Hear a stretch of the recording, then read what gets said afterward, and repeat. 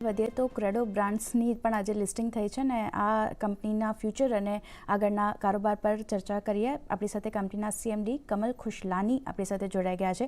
कमल जी, स्वागत है आपका CNBC बाजार पर। और सबसे पहले तो लिस्टिंग के लिए कॉन्ग्रेचुलेशंस। फ्यूचर प्लान की सबसे पहले बात करें तो लिस्टिंग हो चुकी है, अभी कंपनी के लॉन्ग टर्म प्लान्स क्या रहेंगे, की फोकस अब कहाँ पे रहता दिखेगा सर? तो ऐसा है कि हमने अब तक जो ग्रोथ की है, हमने काफी बड़े चेंजेस किए अपने ब्रांड में, ब्रांड आइडेंटिटी पे, रिटेल आइडेंटिटी और हमारे मर्चेंडाइज आर्किटेक्चर पे। कोविड के 1-2 साल पहले, हमारी 20वीं सालगिरह के बाद हमने काफी चेंजेस किए और कोविड के अंदर भी स्ट्रक्चरल चेंजेस हुए, जिसकी वजह से हमें अभी उसका बेनिफिट दिख रहा है। तो ये हम आगे के लिए इनऑर्गेनिक और इनऑर्गेनिक तरीके से ग्रो करेंगे, वो उसी तरह से जिसे हम करते आए हैं। जैसे ये पहले क्वार्टर में हमने 118 करोड़ का रेवेन्यू जनरेट किया है, जो पिछले साल से 20% से ज्यादा ग्रोथ पे है, पिछले साल के क्वार्टर से। एंड एक क्वार्टर, पहला क्वार्टर हमारा 18 से 20% होता है साल का, तो वो हिसाब से आप अंदाजा लगा सकते हैं कि क्या होगा। इस साल के पहले 6 महीने में हमने 31 दुकानें खोली हैं एंड पिछले साल हमने 52 दुकानें खोली थी।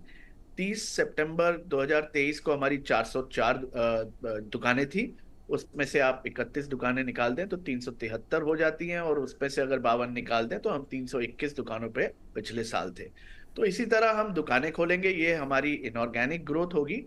एंड पिछले 4 सालों में हमारे 2020 जो नॉर्मल था जस्ट बिफोर कोविड, एंड अगर मार्च 2023 को हम कंपेयर करें तो हमारी सेम स्टोर ग्रोथ 7.24% रही कैगर की। और हम ये दोनों का combination, organic and inorganic growth करके आगे हम ग्रो करेंगे, ये हमारा प्लान है। एंड हमारी हमारी ये इच्छा है कि हम 4 से 5 सालों में डबल कर लें। ओके सर, ऑर्गेनिक और इनऑर्गेनिक ग्रोथ तो हमने देखी, बट प्रोडक्ट पोर्टफोलियो की बात करें तो ये बढ़ाने के लिए क्या प्लान्स है? आपने रेवेन्यू के लिए कोई टारगेट रखा है होगा? जैसे हम जानते हैं कि शू, कैप्स और सॉक्स लाइन में आगे बढ़ने का प्लान है, तो यहाँ पे क्या स्ट्रेटेजी सोची है? इसके लॉन्ग टर्म प्लान्स क्या रहेंगे?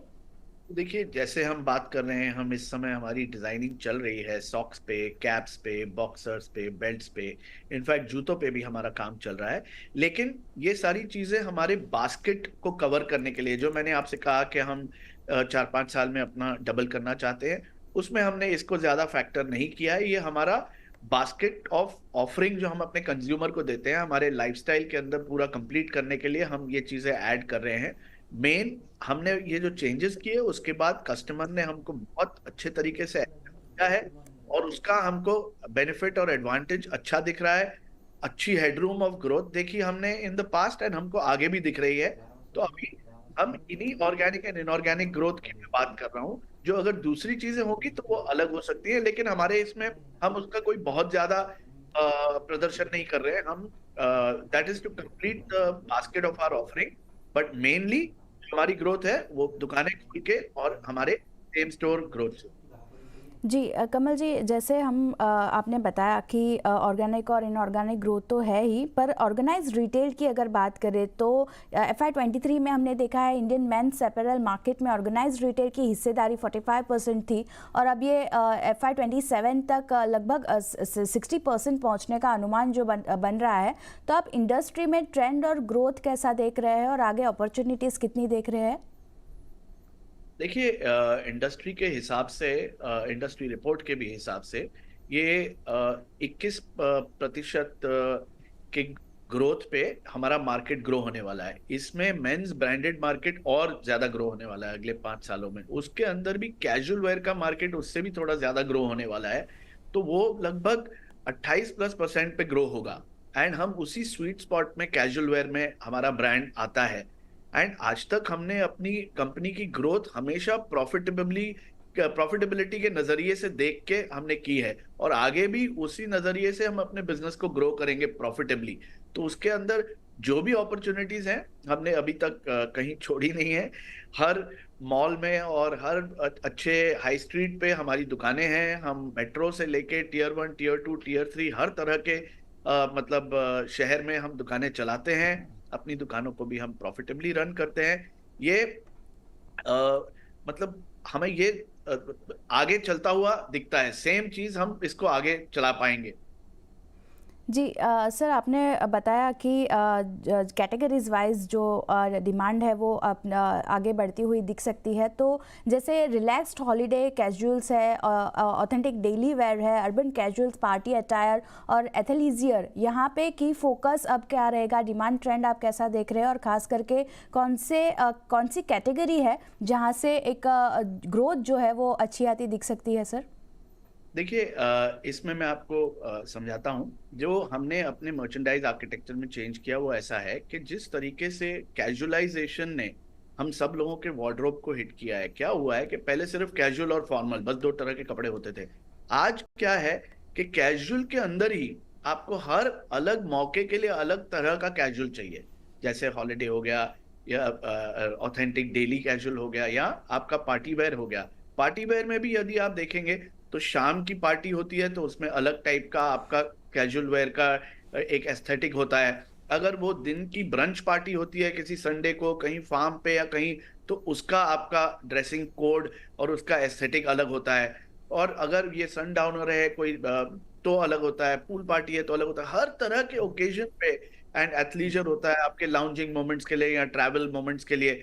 तो for different moments in a customers life अलग अलग टाइप के कैजुअल चाहिए। तो ये हमने 4 अलग वर्टिकल बनाए हैं जिसके लिए हमारे डिजाइनर्स हर वर्टिकल के लिए सोच के एक कलेक्शन बनाते हैं ताकि उनको अपने अलग अलग मौकों के लिए हमसे कैजुअल वेयर मिल सके। तो हमारी वैरायटी में मीनिंगफुल वैरायटी आती है तो हम उनके वार्डरोब का एक अच्छा हिस्सा बन सकते हैं। जी सर, वैरायटी तो आप अभी भी स्टोर्स में बहुत सारी है, पर एग्जिस्टिंग या नई सिटीज़ में डोमेस्टिक स्टोर्स नेटवर्क एक्सपांशन का कोई प्लान बन रहा है? बिल्कुल, इंडिया हर तरह के सिटी में एक्सपेंशन की अपॉर्चुनिटी दे रहा है हमको। ये हमने देखा है कि काफी हेडरूम है एंड आगे भी हमको दिख रहा है। चाहे वो टियर 3 टियर 2 टाउन हो, टियर 1 हो एंड मेट्रो, हर तरह के शहर में हर तरह के इनफैक्ट स्टोर्स खुल रहे हैं। डिपार्टमेंट स्टोर भी खुल रहे हैं, एमबीओज भी एक्सपैंड हो रहे हैं, हमारे ईबीओ भी। तो हॉरिजॉन्टल और वर्टिकल दोनों तरह की अपॉर्चुनिटीज हमको दिख रही हैं। कुछ स्टोर्स हॉरिजॉन्टल, कुछ शहर हॉरिजॉन्टली ग्रो हो रहे हैं, कुछ शहर हॉरिजॉन्टली और वर्टिकली दोनों ग्रो हो रहे हैं, कुछ शहर वर्टिकली ग्रो हो रहे हैं। तो ओवरऑल एक अच्छा सिनारियो है। जी सर, ई कॉमर्स को लेके बात करें तो रिटेल ई कॉमर्स डिमांड आप कैसी देख रहे हैं? अभी कितने परसेंटेज सेल्स ऑनलाइन चैनल से हो रहा है और आगे ऑनलाइन सेल्स का टारगेट क्या सोचा है सर? देखिए, हमारे सेल्स लगभग 5 से 10% के रेंज में ऑनलाइन के रहे हैं एंड ये धीरे धीरे करके बढ़ेंगे। लेकिन हम, जैसा मैंने पहले बताया, कि हम अपने बिजनेस को हमेशा प्रॉफिटेबिलिटी के नजरिए से देख के ग्रो करते हैं। एंड ऑनलाइन का चैनल में आज भी जो बिजनेस होता है वो डिस्काउंट से कस्टमर को आपकी तरफ अट्रैक्ट किया जाता है। तो यहाँ पर हम जो पूरा सीजन चलाते हैं एंड जो हमारे पास में लेफ्ट ओवर होता है वो यहाँ पर हम क्लियर करते हैं ओल्ड सीजन मर्चेंडाइज। एंड इसी तरह हर ब्रांड भी करता है, लेकिन कुछ ब्रांड्स अगर अलग बनाते हैं, हम वो नहीं करते। हम ये प्रोडक्ट को वहां पर क्लियर करते हैं, ये प्रोडक्ट को हम प्रॉफिटेबली क्लियर कर लेते हैं। एंड आज की हिस्ट्री में, आज से लेकर अगर हिस्टोरिकली हम देखें तो हमने जो भी बनाया है उसको हम प्रॉफिटेबली क्लियर करते आए हैं। एंड हमारे पास में कभी भी हिस्टोरिकली कोई मटेरियल राइट ऑफ नहीं रहा है ऑन अकाउंट ऑफ इन्वेंट्री। तो वो देखते हुए हम इस चैनल को इस्तेमाल करते हैं। आगे जाते हुए जैसे कस्टमर इंडिया में भी कोई वेस्टर्न मार्केट्स की तरह जब तैयार होगा फुल प्राइस परचेज के लिए, हम अपनी तैयारी पूरी जोर शोर में कर रहे हैं। जब कस्टमर फुल प्राइस परचेज के लिए रेडी होगा, हम उस समय उस कस्टमर के लिए तैयार रहेंगे। जी सर, और मेरा आखिरी सवाल रहेगा, इंडस्ट्री में क्लोथिंग इंडस्ट्री में खास करके कंपटीशन बहुत ज़्यादा है, तो आपके पास सभी कैटेगरीज में प्राइस रेंज बड़ी है, पर FY24 के लिए प्राइस हाइक का कोई विचार कर रहे हैं? देखिए, अभी ऐसा कहना बहुत मुश्किल है। हमारे इंटेंशन तो कहीं नहीं है कि कोई प्राइस हाइक करें, क्योंकि कोविड के अंदर काफी प्राइस हाइक्स हुए थे। रॉ मटेरियल के दाम काफी बढ़ गए थे। तो अब उसके बाद में जितना हम एब्जॉर्ब कर सकते थे हमने किया, जो कस्टमर को पास ऑन कर सकते थे इंडस्ट्री के हिसाब से हुआ, और वो भी हमने किया। अभी इस समय हमारा ऐसे कोई इंटेंशन नहीं है कि 2024 में हम करेंगे। हाउएवर जो इन्फ्लेशन अगर धीरे धीरे कोई होगी तो उसके हिसाब से होगा, बट ऐसे कोई हमारा इंटेंशन नहीं है।